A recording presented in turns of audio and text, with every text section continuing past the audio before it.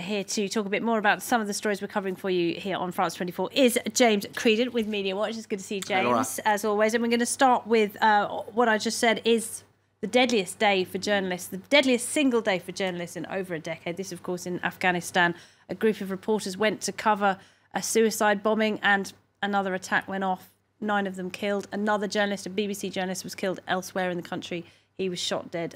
Very, very sad for a lot of people and a lot of news organisations today. That's right. Devastating news coming out of Afghanistan today, and of course, many different categories of people caught up and perishing in that attack. But just to focus a little bit on some of the journalists, because it was such a huge number in that particular category, if you like, who were killed. And the most tragic thing about it, of course, was that they were going to cover the first of those 2 explosions. 9 of them got caught up then in that second explosion when they were just essentially trying to do their jobs and gather the facts. Of course, all of the deaths tragic in an equal measure.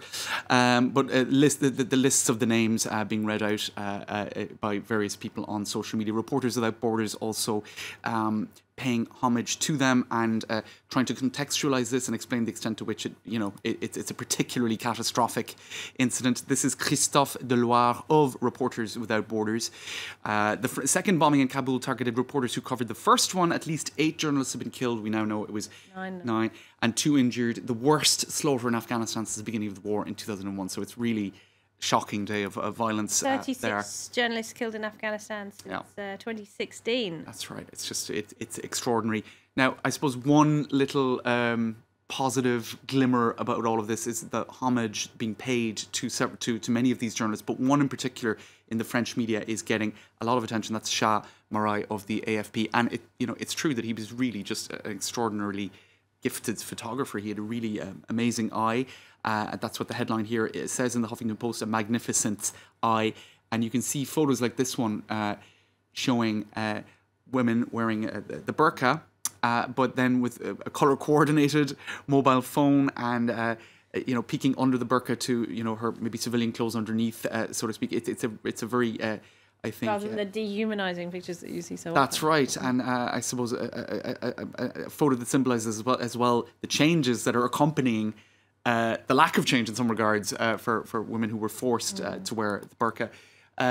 This is a video that kind of goes through a lot of, again, his more notable photographs, a selection of his work, and indeed he really had, as I said, and as the Huffington Post said and a lot of the media said, an extraordinary eye. Somebody who was able to kind of zero in on elements of beauty at times and joy in the midst of tragedy, or just a sort of a stark beauty where there is no joy to be perceived at all. And indeed, of course, reporting on Afghanistan over the last 10, 15 years, it wasn't positive news that you were talking about for the most part. And actually, if you look at, they have a blog on the AFP website. In French, it's known as the Making of blog. In English, correspondent.afp.com. Often very gripping portrayals of things that are happening on the ground from the reporters, from the photographers, when hope is gone. So you can see there what he was really thinking of the context. This just written some time ago. That's a photo of him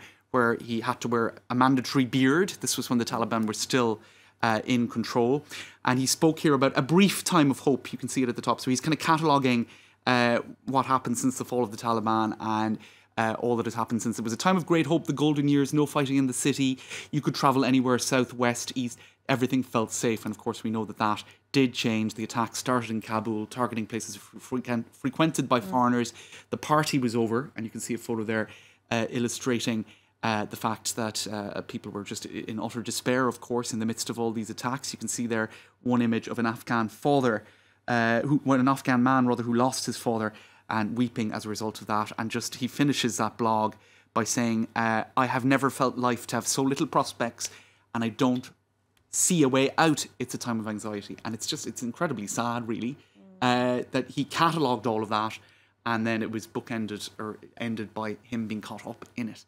So it really depicts the despair that is at phenomenal large. photographs, and what a shame that that's the reason we're talking about them today. Yeah. Very sad indeed. Okay, let's just talk very briefly then about this tree then that the French President Emmanuel Macron was over planting in the US last week. Seems it's rather missing. It seems rather insignificant because it was window dressing. It was tree diplomacy, etc. But it did get a lot of attention last week.